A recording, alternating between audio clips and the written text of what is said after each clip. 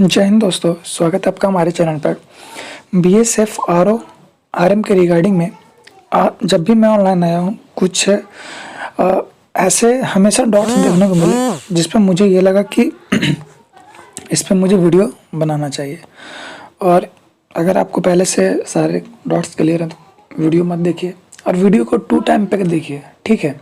मैं आराम से समझाऊंगा, 1.5 या 2 पे देखिए, आपको समझ में भी आएगी मैं क्या बता रहा हूँ। पहली बात है, ठीक है, तो चैनल पे जो भी नए होंगे सब्सक्राइब कर लेंगे और उनको ज़रूर शेयर करिए जो बीएसएफ आरओ आरएम की तैयारी कर रहे हैं। पहला डॉट हमारा ये है कि क्या पीएसटी एक ही साथ होगा या अलग अलग। तो देखिए, अगर आपका आरओ और आरएम अगर आपके दोनों पेपर क्वालिफाई है तो फिजिकल एक ही दिन होगा। लेकिन मान लीजिए रहा है कि फिजिकल तो एक ही दिन होगा, लेकिन अगर मान लीजिए रहा है कि आपने आरओ का फिजिकल में गए और अगर आप इसको क्वालिफाई नहीं कर पाते हैं तो आपको आरएम में दोबारा बुलाया जाएगा। डॉट क्लियर है। लेकिन अगर आप आरओ में गए और अगर आप फिजिकल निकाल लेते हैं तो इसमें आपको नहीं बुलाया जाएगा, वहीं पे आपका सारा कुछ हो जाएगा। वो एक अलग से फॉर्म भरवा लेंगे और वहीं पे आपका क्या हो जाएगा, वहाँ पे ये हो जाएगा कि आपने दोनों दौड़ को क्वालिफाई कर लिया, ठीक है। पहला डॉट क्लियर हुआ। अब दूसरे डॉट पे आते हैं। दूसरा डॉट हमारा ये है कि जो आपका डॉक्यूमेंट से रिलेटेड मैंने जो यहाँ पे डॉट्स रखे हैं वो क्या है कि कुछ को तो ईडब्ल्यू सर्टिफिकेट में प्रॉब्लम है, ठीक है, कुछ के ओबीसी में भी प्रॉब्लम है और कुछ के ठीक है ओबीसी और कुछ का एससी एसटी में, ठीक है। अब क्या क्या प्रॉब्लम से वो बता देता हूँ। प्रॉब्लम ये है कि कुछ कैंडिडेट तो ऐसे हैं जो ईडब्ल्यूएस में नहीं है, फिर भी उन्होंने क्या किया, फॉर्म को डाल दिया। तो वैसे लोगों के लिए पहले ये जो प्रॉब्लम मैं बता रहा हूँ कॉमन है, मतलब मान के चलिए कॉमन अगर होता सबके लिए कि वो एससी एसटी में आते हैं लेकिन सर्टिफिकेट नहीं है तो क्या होगा।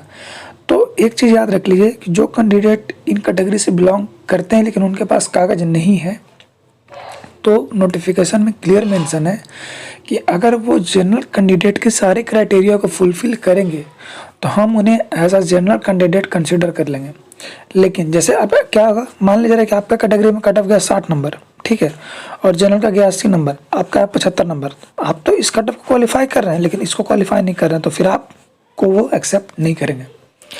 ये सारे कैटेगरी के लिए कॉमन सी चीज़ें हैं। अब देखिए, तो पहली चीज़ मैंने क्या बताया इसमें ईडब्ल्यूएस के बारे में। क्या मैंने बताया कि अगर उनके पास सर्टिफिकेट नहीं है तो 31 दिसंबर, ठीक है, 2022 होने के पहले तक बनवा लीजिए, वैलिड हो जाएगा, ठीक है, कोई दिक्कत नहीं है। अब आते हैं ओबीसी के बारे में। तो ये बातें ज़रूरी है, जब आप डॉक्यूमेंट वेरिफिकेशन में जाओगे तो आप ऐसे वीडियो को खोजोगे, ठीक है, इसलिए मैं अभी आपको बता रहा हूँ ओबीसी के बारे में। हाल ही में सुप्रीम कोर्ट का एक जजमेंट आया था, वो सीएपीएफ एग्जाम में वो मैटर चल रहा था, उसमें ये फैसला आया था सुप्रीम कोर्ट का कि वैकेंसी अब चाहे जो भी हो, चाहे वो डीओपीटी के रिगार्डिंग में हो या फिर डीओपीटी यानी departmental of personal and training वो चीज़ हो, तो अगर मान लीजिए रहा कि अगर आपका सर्टिफिकेट क्रूशियल डेट के बाद का हो, जैसे मान लीजिए रहा कि फॉर्म भरने की लास्ट डेट मेरे हिसाब से मान लेते हैं, एक डेट ले लेते हैं 30 अगस्त, तो अगर आपके सर्टिफिकेट 30 अगस्त के बाद भी होंगे तो क्या वो वैलिड होंगे ओबीसी के केस में या ईडब्ल्यूएस के केस में। तो जजमेंट ये आया था ओबीसी के रिगार्डिंग। ईडब्ल्यूएस वाले तो उस वैलिड ईयर में, फाइनेंशियल ईयर में उनका होना चाहिए, ठीक है, वो तो मैंने पहले क्लियर कर दिया। ओबीसी वाले में क्या है कि ओबीसी वाले में ये है कि जो लास्ट डेट थी उस लास्ट डेट के अगले 6 मंथ तक, ठीक है, अब अगस्त से आप जोड़ लीजिए 6 महीना उस, ठीक है, आप देख लीजिएगा लास्ट डेट, मुझे नहीं पता है क्या थी, डेट भी याद नहीं है, तो आप देख लीजिएगा। तो जो भी है उस डेट से आपको अगले 6 महीने के अंदर अंदर वो सर्टिफिकेट बन जाना चाहिए, नहीं तो आपका वो वैलिड नहीं हो पाएगा। अच्छा, कितना दिन पुराना होना चाहिए, तो जो आपका सर्टिफिकेट है ओबीसी का वो देखिए सुप्रीम कोर्ट के जजमेंट के हिसाब से या डीओपीटी के ऑफिशियल नोटिफिकेशन के हिसाब से वो आपका 1 साल से ज़्यादा पुराना नहीं होना चाहिए, ठीक है, ये सारी चीज़ें हैं। अब आते हैं एससी एसटी के केस में। और आपका ओबीसी सेंट्रल गवर्नमेंट का होना चाहिए, ये सबसे इम्पोर्टेंट पॉइंट है, ठीक है, ओबीसी सेंट्रल गवर्नमेंट का होना चाहिए। एक सबसे ब्लंडर कन्फ्यूजन क्या है सबके मन में कि क्या ईडब्ल्यूएस सेंट्रल गवर्नमेंट का होता है, तो इसका एक सिंपल सा जवाब है नहीं, ठीक है। अगर आप मान लीजिए मैं झारखंड से बिलोंग करता हूँ तो मेरे पास जो सर्टिफिकेट होगा ईडब्ल्यूएस का वो गवर्नमेंट ऑफ झारखंड का होगा, झारखंड सरकार का होगा, वो उसी का होता है।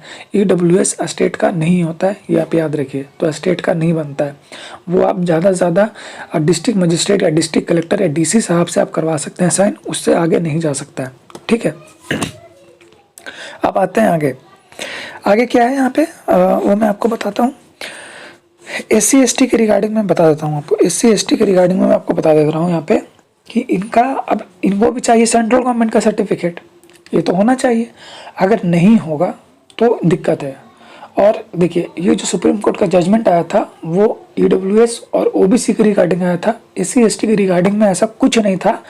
तो आपको ये क्लियर हो जाना चाहिए कि आपका जो सर्टिफिकेट होना चाहिए वो उस वैकेंसी के लास्ट डेट के पहले का होना चाहिए, अदरवाइज आपको जनरल कैंडिडेट को कंसिडर कर लेंगे, ठीक है। तो ये हमारा दूसरा डॉट में ज़्यादा समय लगा, समझाना जरूरी था क्योंकि बहुत सारे लोग DV में ही बाहर हो जाएंगे। अब आते हैं तीसरा, OMR में बहुत लोगों ने गलती करा है। कैसे कैसे आप गलती हुई वो मैं बताता हूँ।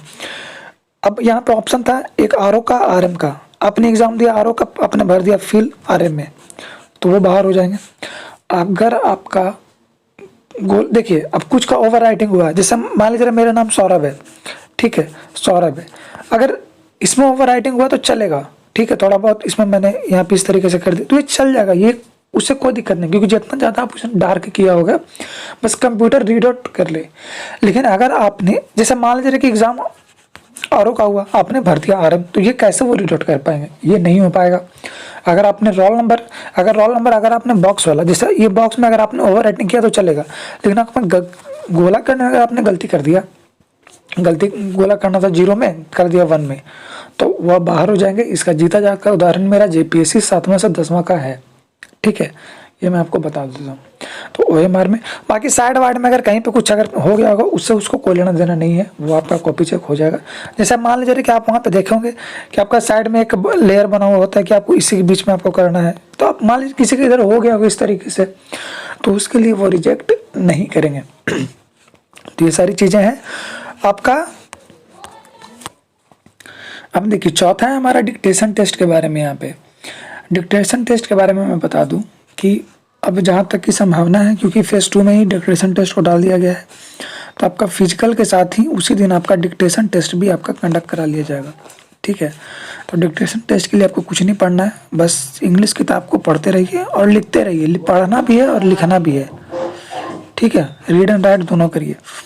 कट ऑफ को लेकर क्या है, वीडियो मैं डाल चुका हूँ, यही कहूँगा आपको कि लिंक मैं दे दूंगा, उसको जा करके देख लीजिएगा, ठीक है। और बार बार कट ऑफ बताने से ज़्यादा बेहतर है कि आप एक वीडियो देख लीजिए, लिंक मैं डिस्क्रिप्शन बॉक्स में डाल दूंगा, ठीक है। मिलते हैं अगले वीडियो में, जय हिंद।